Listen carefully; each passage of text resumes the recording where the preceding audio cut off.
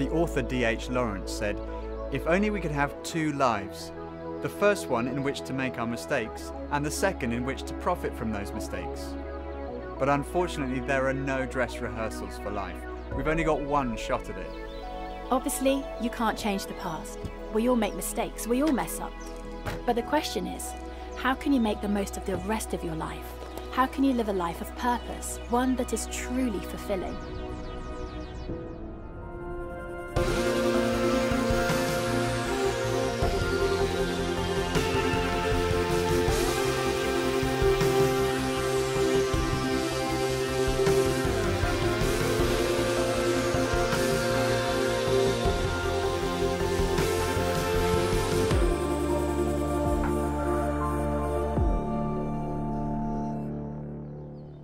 St. Paul writes, "Therefore I urge you, brothers and sisters, in view of God's mercy, in view of all that God has done for us, the freedom and life that a relationship with God brings, to offer your bodies as living sacrifices, holy and pleasing to God. This is your spiritual act of worship. Do not conform any longer to the pattern of this world, but be transformed by the renewing of your mind. Then you will be able to test and approve what God's will is, his good, pleasing, and perfect will." Paul says, break with the past. Do not conform any longer to the pattern of this world. By the world, he means the world that has shut God out. One translation puts it like this: don't let the world around you squeeze you into its mold. In other words, dare to be different. I don't feel pressure to conform. Yes. Most of my life, I guess. Yeah, every day. It depends, like, I mean, the other day I was in a bar, my friend wanted to go to a club, I wanted to go home and sleep. So I went home and slept. When people look at me and I don't feel comfortable, I feel stressful. For me, I don't really have any pressure to fit in anywhere. I do what I do 100% and I'm unshakable. People see you like someone else and they say, yeah, you're acting like him or like that. You just say no and I am who I am. At work? Yeah. Before it was with friends. Nowadays, I'm just who I am. All the time I try to change the Karens in my life. Most of the times I don't succeed, but it's fine. You know, I learn from that. I don't feel the need to conform to anyone. I never want to be different. I always want to blend in, you know?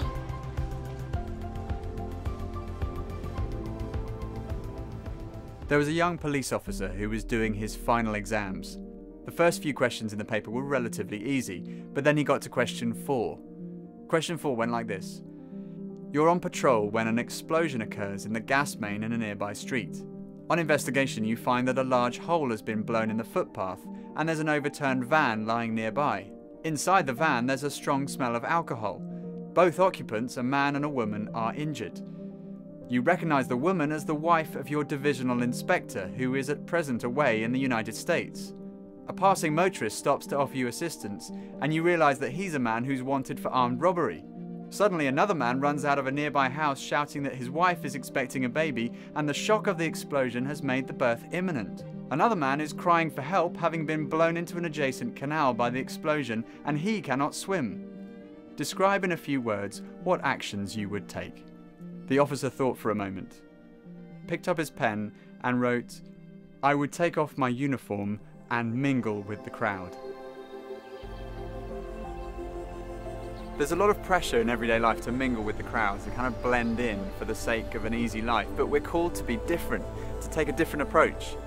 Now, being different doesn't mean being weird. You don't have to speak in weird religious language or wear strange clothes. Just be yourself, be authentic. As Oscar Wilde once said, be yourself, everyone else is taken.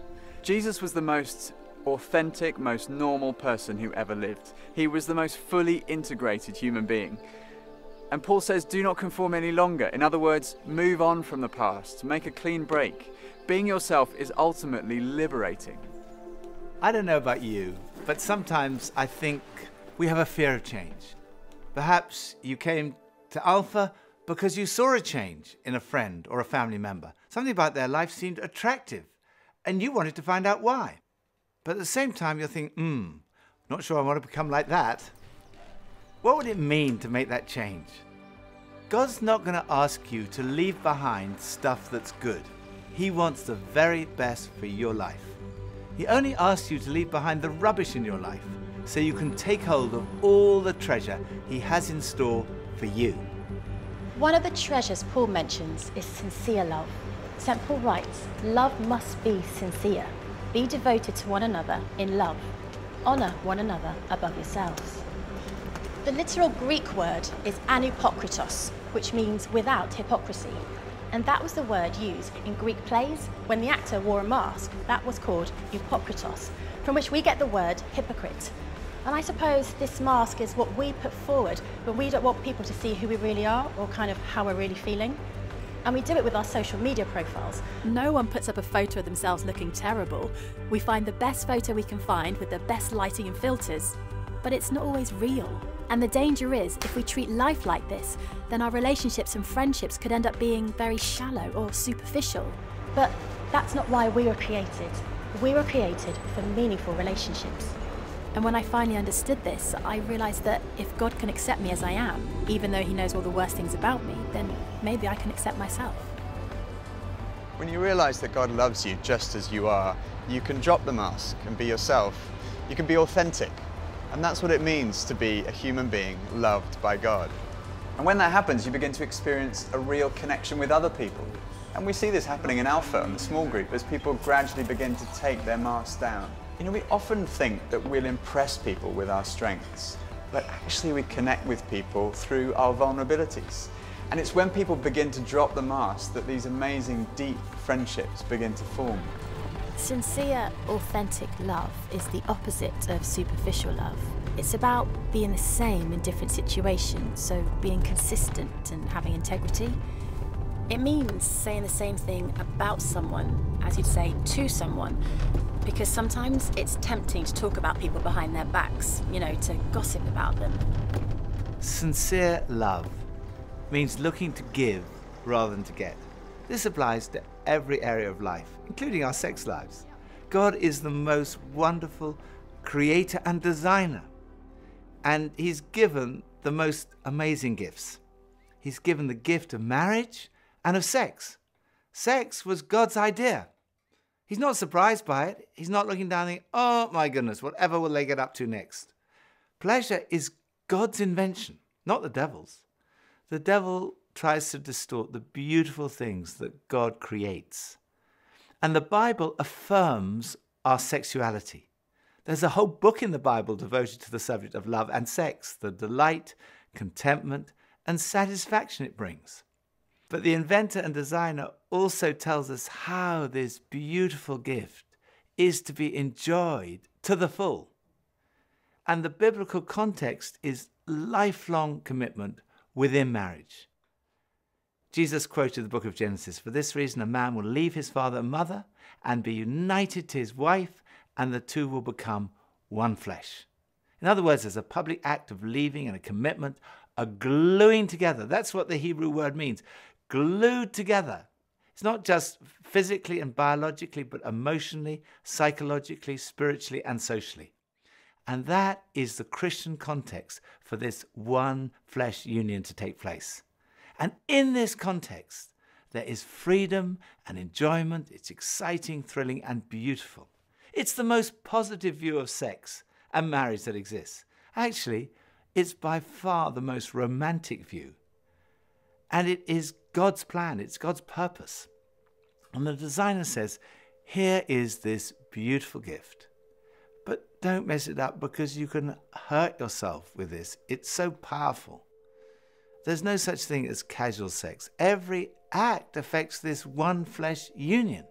I sometimes illustrate this by gluing two pieces of corrugated cardboard together, one with a picture of a man, one with a picture of a woman. If you glue them together and then try and pull them apart, you see the damage it causes, the hurt.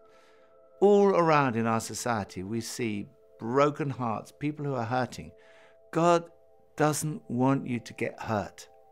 And therefore, He's given us this beautiful picture of how things can be and how things should be. The good news is, it's never too late. God loves you. The society that Paul was writing to, like our own society, is one where God's standards were not kept. and they really messed up, and they were hurt and broken. But Paul never condemns them for that. He just says, don't live like this any longer. From now on, live differently. God forgives. This is all about God's love for you. And that's why Jesus died for you, so that the past can be forgiven, so that the past can be wiped clean, so that the scars, if there are scars, can be healed. Jesus wants to restore wholeness to your life and give you a new start. Today can be a new start for you. So, there's sincere love. Another treasure is enthusiasm for God.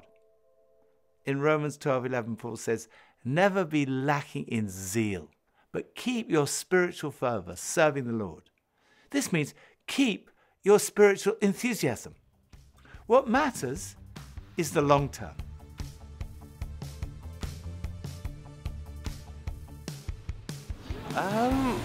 Probably giving something back to society. For me, when I die, I just want to be remembered, pretty much. Well, I want to become a singer. A beautiful wife, some rad kids so I can take surfing. Owning a business. Retire young. Just a healthy life and a healthy lifestyle. Yeah. Getting a family. I do want to like help my family out. You know, that's probably like get a lot of money and like put them in like a good place. I want to be rich. I want to be in love all the time. That's my dream. I just don't want to have regrets. To know my purpose. A good night's sleep. I hope everyone tries to help each other more. Live hard and die young. As long as I'm happy, I'm good. I don't know if you might have prayed after the last session when there was that opportunity to ask God to fill us with the Holy Spirit. Well, if you did, you may have had an amazing experience of God. Maybe you felt deeply moved as the Holy Spirit touched your heart in a profound way. Maybe you actually found it quite overwhelming. Or perhaps you feel a bit disappointed. You might say, well, I was hoping I'd have this amazing experience, but to be honest, I don't think I felt much at all. Or maybe you're just thinking, I found it really difficult. Maybe you're thinking, I didn't find it easy at all. Maybe you felt like running away. Maybe you did run away. But do you know what? In one sense, it doesn't really matter because feelings will go up and down.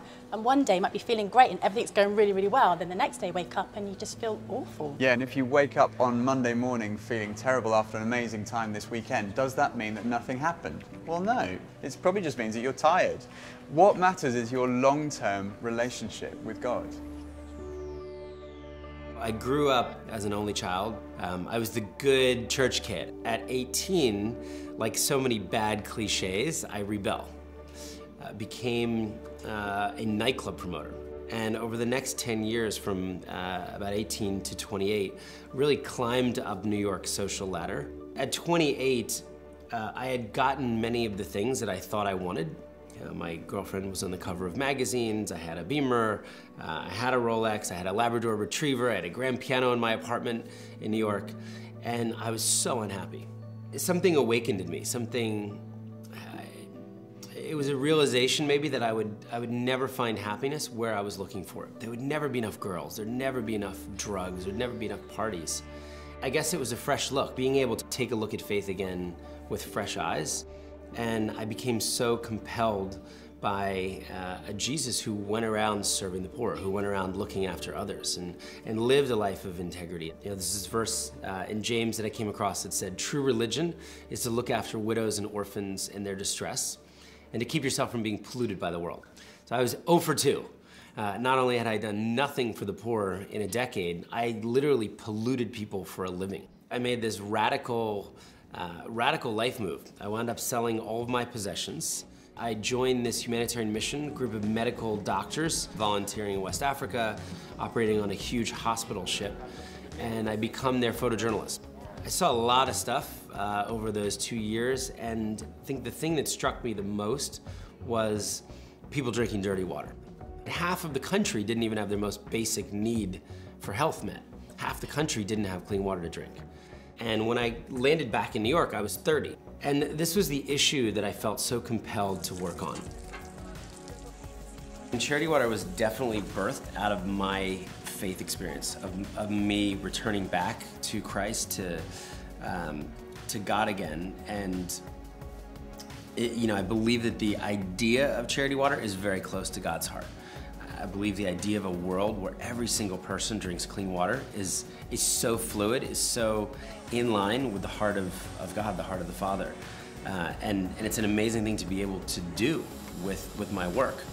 Over the last 9 years, we've raised almost $200 million.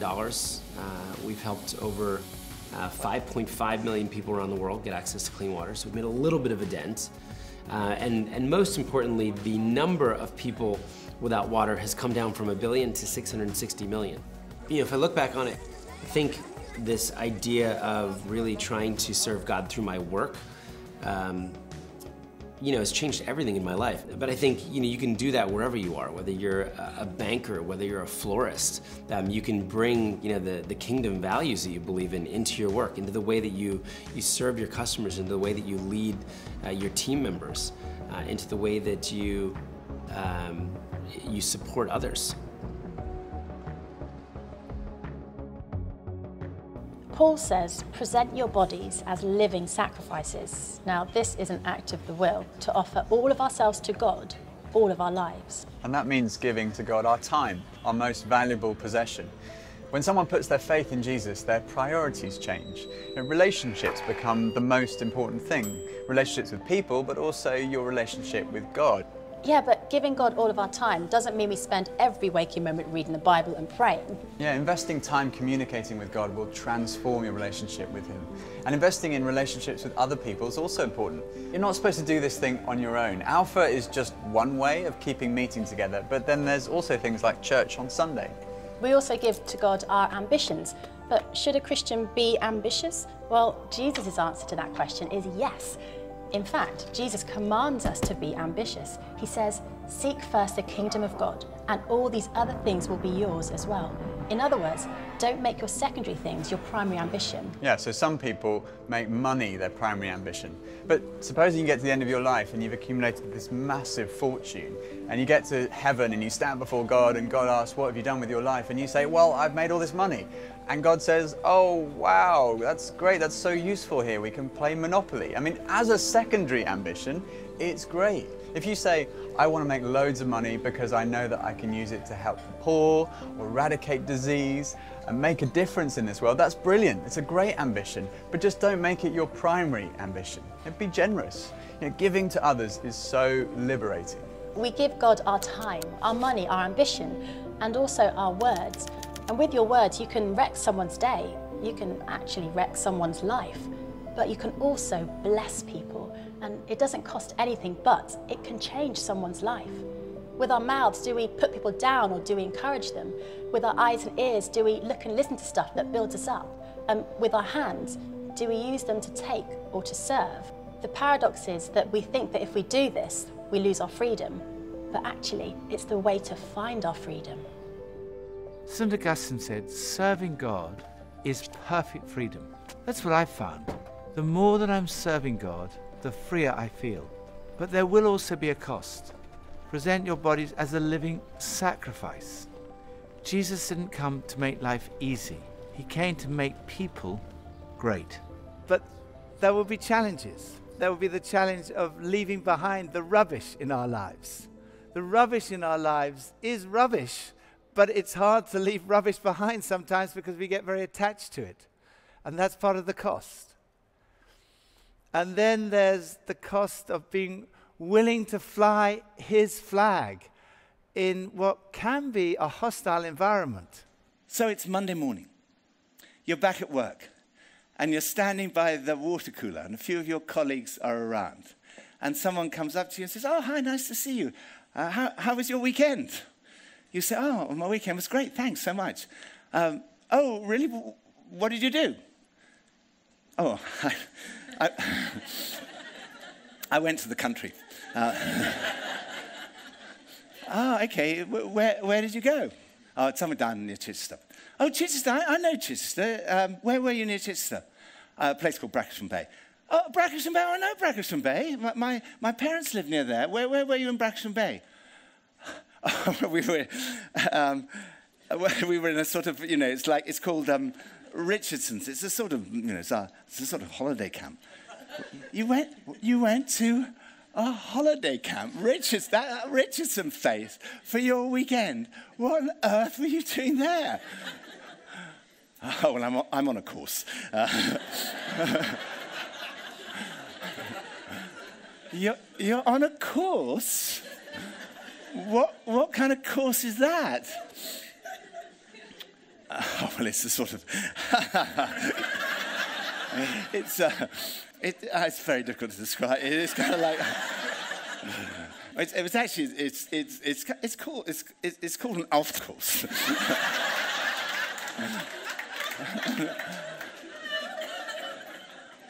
Did you say the Alpha course?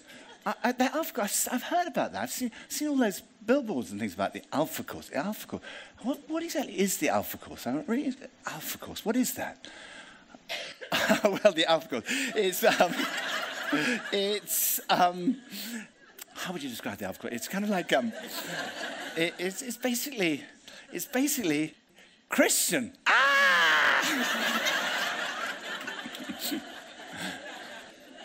Here's the good news. They are not going to kill you. They may laugh at you, but that's about as bad as it's going to get in our context. There's some place in the world where they might kill you. Here, that's the worst thing, is that they'll laugh at you. But there may be a cost. Why? Why should we do this? Why should we present our bodies as a living sacrifice? Well, Paul says, in view of God's mercy, in view of everything that God has done for you, Jesus sacrificed his life for you. He loves you so much. He died for you. And our response is to say, Lord, I give you everything. I trust you with everything. I present my body to you as a living sacrifice. And what Paul says is, when you do that, you'll find out what God's will is for your life. His good, pleasing, and perfect will. The devil wants to tell you that God is a spoilsport, that he wants to ruin your life. You can't trust him if you present your body a living sacrifice. He's going to absolutely ruin it. But Paul says, no, his purpose for you is good. It's pleasing. It will please you. And it's perfect. You cannot improve on God's plan for your life. Because Jesus said, I came that you might have life, and life in all its fullness. And when we present our bodies a living sacrifice, we discover God's good, pleasing, and perfect plan. We discover life, and life in all its fullness, a life of abundance, a life as life is meant to be lived, a life worth living, a life following Jesus.